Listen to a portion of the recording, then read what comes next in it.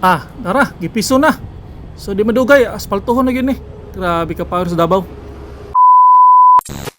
Okay, good morning no. Ato lang pasadahan og usab ning kining Ruas extension kay nagian na to sa adlaw, medyo patag naman to. Nya karon ato agian og usab kay nakaadtong tag downtown nya. Mahal king gasolina, ato na lang po pasadahan og usab. Medyo traffic gini diri usahay kay single lane man lang, so traffic gyud nya. Daghang gusto mga agi diri kay gusto mo experience og agi ning dili taga diri. Agi gyud sila sa kining gitawag na Coastal Bypass Road. So duol raman pud ang kuan, ang medyo traffic pero sa unahan na karon kay murag gulay city tay mo. So sa unahan na okay na, disiplinado man po mga driver dire. Nya ato gining nabalikan kay medyo tuloy-tuloy gini ilang trabaho. Di gini magdugay, mahuman na gini.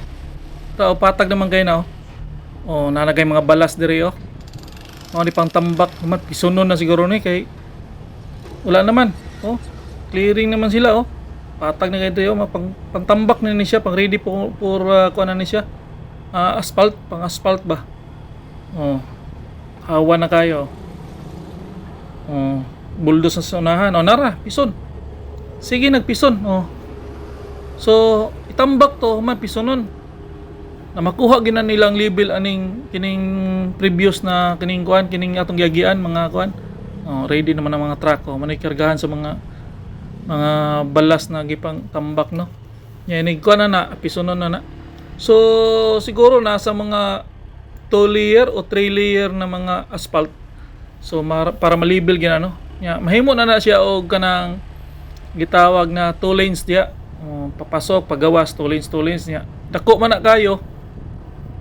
Mahimo po na pikas ka ng mga kilid-kilid na mahimo na og kanang mga catwalk no. May mga agianan sa mga tao, pathway. So pareha gina dito sa kung makaagi mo dito sa bandas may ikulan ay anak po na may magtinda-tinda magabi bibo po ni dre. So kita mo na. So gipaspasan gid nila no kay so para mahuman gini. Taod-taod naman po guni. Nya makita naman nato nang kilid do na sugda na gina nila butang diag brakes kanang kilid dire unahan. Dara prosyon dire butangan na nilang brakes.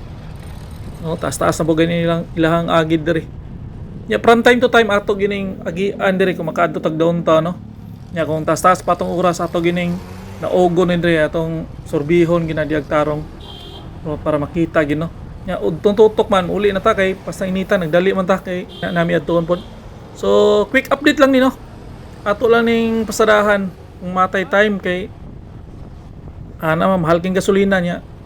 Kuan kita nyo na wagi ka traffic dire busy biya kaning lugar ni basta dire na bandas may boulevard basta bisihan na dire. So hanggang dito na lang, ito Linoboy, YouTuber ng Bayan, peace out.